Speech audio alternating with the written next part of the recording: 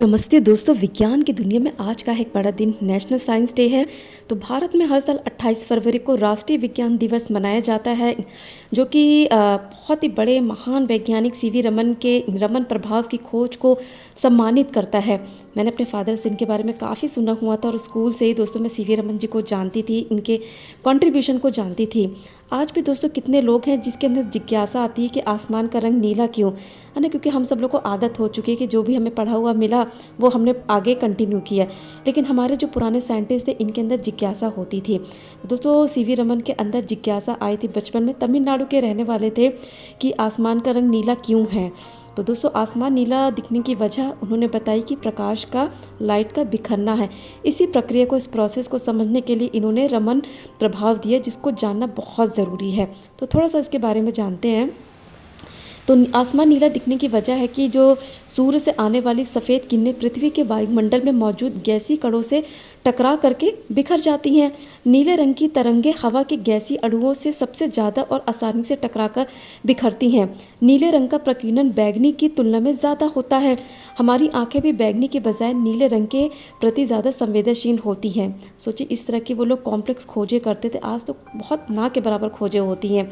इसरो अपने फील्ड में बहुत कुछ कर रहा है, लेकिन जो एक बेस होता है दोस्तों, जिस समय इतने रिसोर्सेज भी नहीं थे, तो उसमें दोस्तों कंट्रीब्यूशन सीवी रमन जी का बहुत रहा है।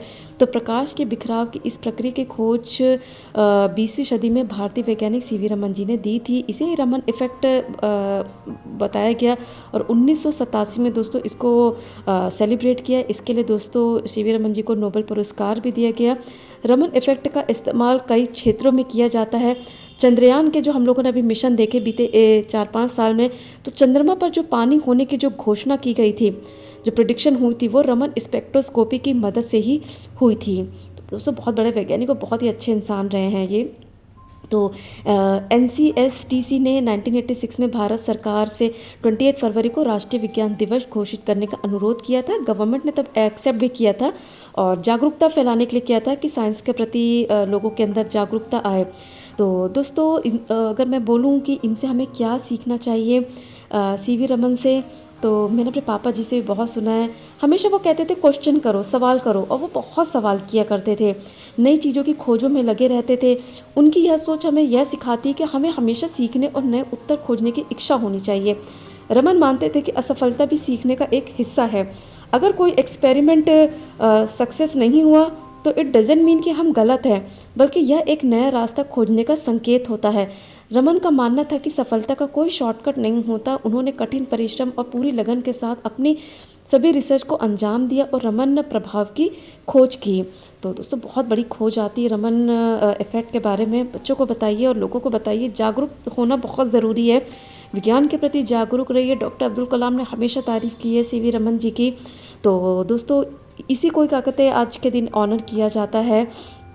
तो आज की जो थीम है, जैसे मैंने बताया, विकसित भारत में यही है कि इंडियन यूथ को बहुत इस चीज़ के लिए प्रेरित करना और होना भी चाहिए दोस्तों। मतलब साइंस ने हमें बहुत कंट्रीब्यूशन किया है। एक स्पिरिचुअलिटी का कॉन्सेप्ट अलग होता है, लेकिन आज हमारे घरों में जो इतनी चीज़ें हैं वो सिर्फ़ और सिर्फ साइंस की वजह से ही हैं। इसीलिए हमें साइंस का जो कंट्रीब्यूशन है वो कभी नहीं भूलना चाहिए। हम सब लोग बेनिफिट तो बहुत ले रहे हैं, लेकिन उनके पीछे के जो लोग हैं जिन्होंने इतनी मेहनत की है, इतने साइंटिस्ट आए हैं, इतने बहुत सारे जो लोग आए हैं, तो उन्होंने दोस्तों हमें इन सब चीज़ों को देने में मदद की है, जिसके पीछे कहीं ना कहीं साइंस है। तो साइंस को कभी भी नकारना नहीं चाहिए। बुक्स पढ़नी चाहिए, लोगों की बायोग्राफीज़ पढ़नी चाहिए। डॉक्टर अब्दुल कलाम एक बहुत बड़े साइंटिस्ट थे, उनकी वजह से मेरे अंदर साइंस के प्रति इतनी क्यूरोसिटी आई, गैलीलियो की वजह से आई। इसीलिए मैं अब वीडियो भी अब साइंस पर बनाती रहती हूँ कि चलो मुझे कुछ ना कुछ टॉपिक पता चलते हैं, ये पता होना चाहिए लोगों को, ये पता होना चाहिए। नो मैटर कि स्कूल कितना पीछे छूट गया, हमारे अंदर दृढ़ इच्छा होनी चाहिए हमेशा कुछ ना कुछ सीखने की, है ना। जीवन बहुत अनमोल है, इसको सीखने में लगाइए, इसको जिज्ञासा में लगाइए कि क्या क्या हमें और पूछना चाहिए। जो लोग पीछे खोज कर चुके हैं, सोचिए कि मतलब इन्होंने क्या खोजे की ना। मैंने ये चीज़ें बहुत लंबे समय बाद सीखी जब ये इंटरनेट आया।